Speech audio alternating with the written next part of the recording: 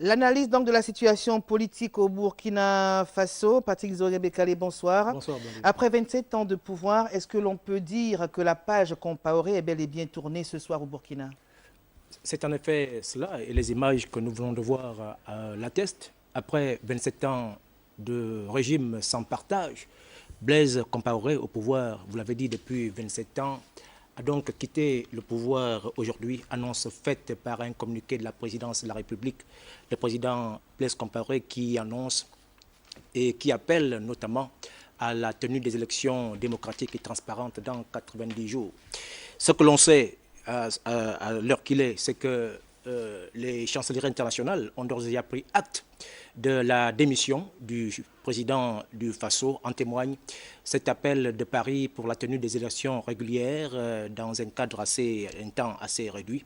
En témoigne également l'évolution de Washington qui appelle également à une transition apaisée. Mais, Blandine, au-delà de tout ce que nous venons de dire, il faut dire que Blaise Compaoré est parti. C'est la grande confusion qui règne ce soir à Ouagadougou, où on ne sait pas exactement qui dirige le pays, entre les dissensions qui règnent entre la chaîne de commandement de l'armée. On ne sait pas qui du chef d'état-major général des armées, le général Traoré Honoré, ou d'Isaac Zadier, qui est le numéro 2 de la garde présidentielle, qui réellement détient la réalité du pouvoir au Burkina Faso ce soir. Patrick, qu'est-ce qui peut justifier ce départ précipité du président du Faso qui jouissait, on le sait, pourtant d'une place enviée de grands médiateurs et d'acteurs diplomatiques majeurs sur la scène africaine? Alors, il faut dire que Blaise Compaoré était considéré comme un acteur diplomatique de premier plan sur la scène diplomatique internationale. En témoignent ses nombreuses médiations, notamment en Côte d'Ivoire et au Mali plus récemment. En témoigne également son rôle diplomatique majeur sur la scène africaine. Mais il faut dire, à ce niveau aussi, Blandine, que Blaise Compaoré n'a pas su s'appliquer à lui-même les recettes qu'il distillait ici et là sur la scène internationale. Il a constamment, pendant ces 27 ans de règne, verrouillé l'opposition. Il était arrivé au pouvoir, je le précise, le 15 octobre 1997, à la faveur d'un putsch qui avait coûté la vie à l'un des pères du panafricanisme, Thomas Sankara. C'était le 15 octobre 1997.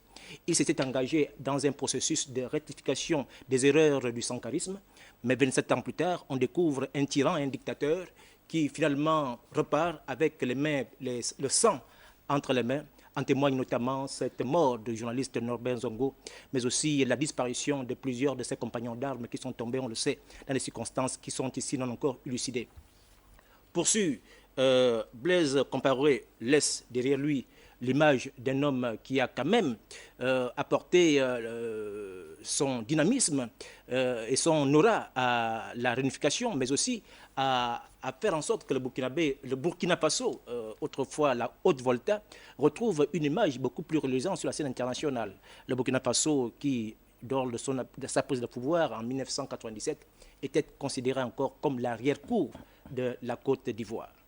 Compaoré est parti. Quel scénario de sortie de crise au Burkina? Ce qui est sûr, c'est que tout dépendra de la qualité des acteurs politiques, ceux de la société civile, mais aussi des composantes de la vie sociopolitique du Burkina Faso, à tourner réellement la page de Blaise Compaoré, c'est-à-dire en s'engageant très rapidement dans un processus devant permettre la tenue des élections libres et transparentes dans des jours, dans un calendrier qui soit suffisamment acceptable. C'est le souhait de la communauté internationale, c'est également le souhait des amis du Burkina Faso, dont le Gabon fait partie.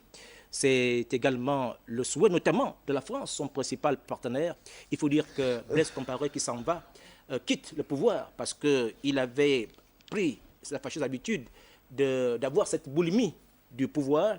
Il n'a pas pu il a sous-estimé la volonté des Burkinabés au changement, la volonté également de ses principaux partenaires, notamment la France et son président François Hollande, qui lui avait suggéré le 7 octobre dernier de quitter le pouvoir et de ne pas s'engager dans un processus qui conduirait in fine à son départ. C'est dommage, il part. Il était arrivé au pouvoir par un bain de sang. Il en ressort poussé par une insurrection populaire. Blaise Compaoré puisse la Burkina Faso poursuivre son aventure démocratique sans ce dictateur et ce tyran. Merci Patrick Nzogé Bekale.